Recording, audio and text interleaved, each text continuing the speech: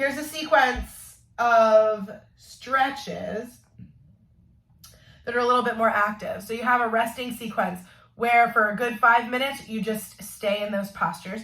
This is a sequence where you'll now you have the long skinny towel, and you're gonna take it underneath your lower back, like we did in the resting postures with the big fat towel that you laid out with your arms outstretched. This one, the long skinny towel, comes underneath your lower back. Same idea, right underneath, above your butt, and you're laying down the length of your spine. You'll bring your arms down and build a bridge, just like your bridge in jiu-jitsu and wrestling. You're building a bridge, knees or hips width apart, and you're gonna start first by gently lifting. In fact, if you have the block, a blanket, a pillow, something small to bring between your knees, you're squeezing that to build the stability between your inner and outer thighs. You want the inner and outer thighs to work together, because those muscles together, when they're even, give your knees the most stability and support. As much pressure and tension and trauma that your knees get training and fighting, you need to maintain this balance. Inner and outer thighs, hamstrings, glutes, quads, everything is in balance. So this bridge posture helps both stretch and strengthen that for stability. You're squeezing the block, and as you lift, you only want to feel the glutes and the hamstrings really take over. Hips lift, arms reach up. I call this a swimming bridge. And then you'll start by bending your elbows and sweeping the arms down by your sides, like you're making a floor angel. Slowly lower the hips down and sweep your arms down. That's the first bridge. And it's really slow. You want to feel as much of your spine travel over that blanket underneath your back as possible. Working on spinal mobility. That spinal mobility allows your whole torso and core to work at a much more efficient pace. And it gives you more safety to carry your body through a fight.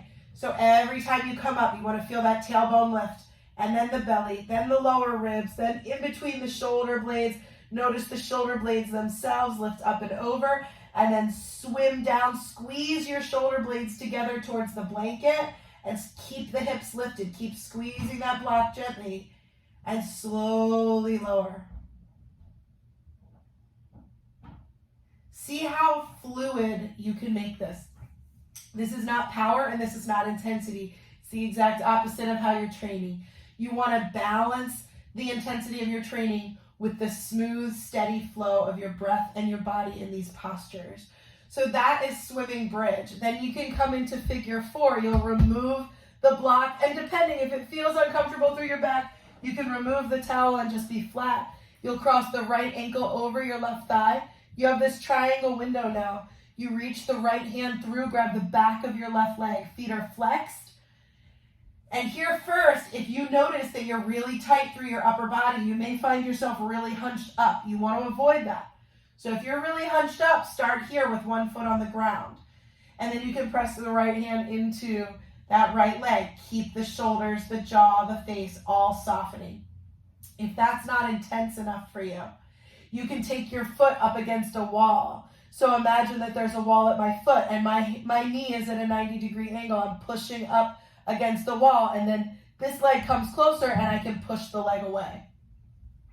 But notice my upper body still stays resting on the ground. You want to keep the lower ribs pressing down. My core is engaged, but I'm engaging and I'm stretching through my hips. So you do right side, bring it back down. Arms come out into a T shape. Drop your knees over to the right. Stretch out through this entire outside edge of the right leg. You can pull the knee in, or you can extend and bring it back.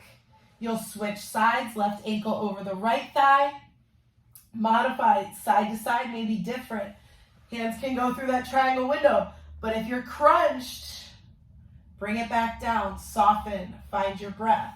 Maybe you need to switch it up, bring the right foot on the ground, or maybe it's up against that wall and pressing the leg away. So go through that and explore those motions. And that should give you some nice hip stretches.